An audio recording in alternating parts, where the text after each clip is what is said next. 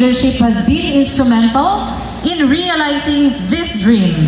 May we invite the President of the Cotabato State University, Professor Sema G. Dilna. A round of applause, please.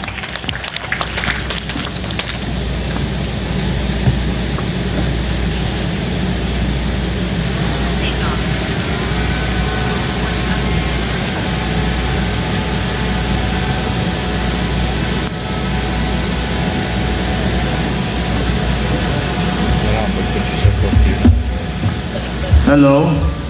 Parang seryoso tayo masyado, no? Ako rin, noong hindi ako kinakabahan.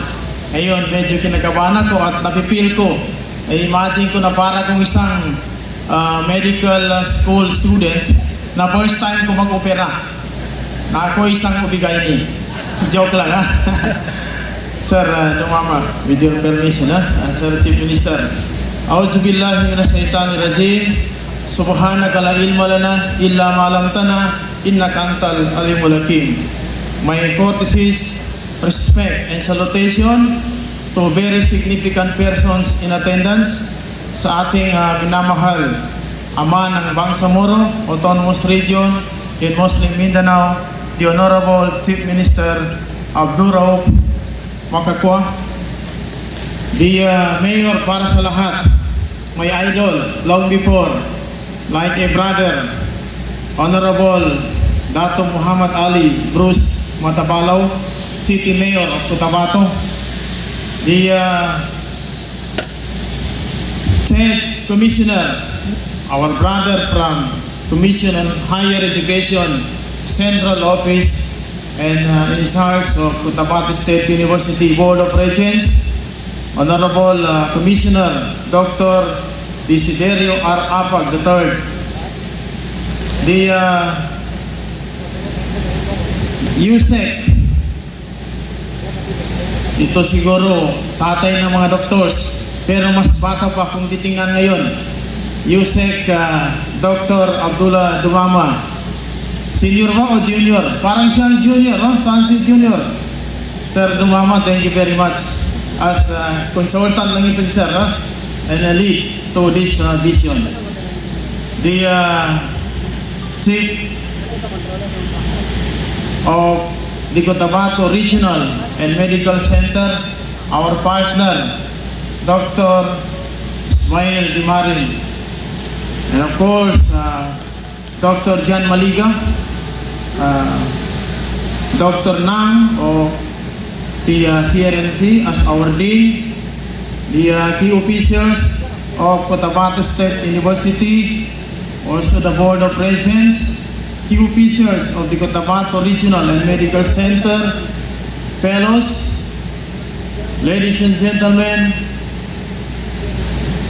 and of course, before I forget, the representative of Dr. Aquino, Dr. Celia Nabalatan of Cebu Normal University, and Vicente Soto Medical School, where we have started our benchmarking. Ladies and gentlemen, again, Assalamualaikum and good afternoon. Alhamdulillah that we have reached our destiny, that this CSU CRMC Medical School is now about to start, as inauguration marks the beginning of the new era. Meron na tayong medical school in Cotabato City. Noon, pinapangarap natin na magkaroon, makapag-aral. Tulad ko, noon ay nangangarap ako. Noong high school ako, akala ko madali lang makapag-aral ng Doctor of Medicine. Hindi pala, napunta ko sa Doctor of Education. Subalit, hindi rin masamang mangarap. Noong naging Cotabato State University, ang din Cotabato City State Polytechnic College, by birthday of Republic Act 11013 noong 2021, in Section 2 of its provisions, Cotabato State University is permitted to offer College of Law and College of Medicine. Yun pong nagiging foundation natin. And here comes in 2023, when my brother, my partner, Dr. Dimarin visited my office. Yun po ang pangarap niya. Sabi ko, parehas tayo ng pangarap. So why we should not pursue this pangarap, itong ambisyon natin. No? So hindi man tayo naging medical doctor, at least we can produce medical students, medical doctors in the future. Our commitment to this is more than a promise.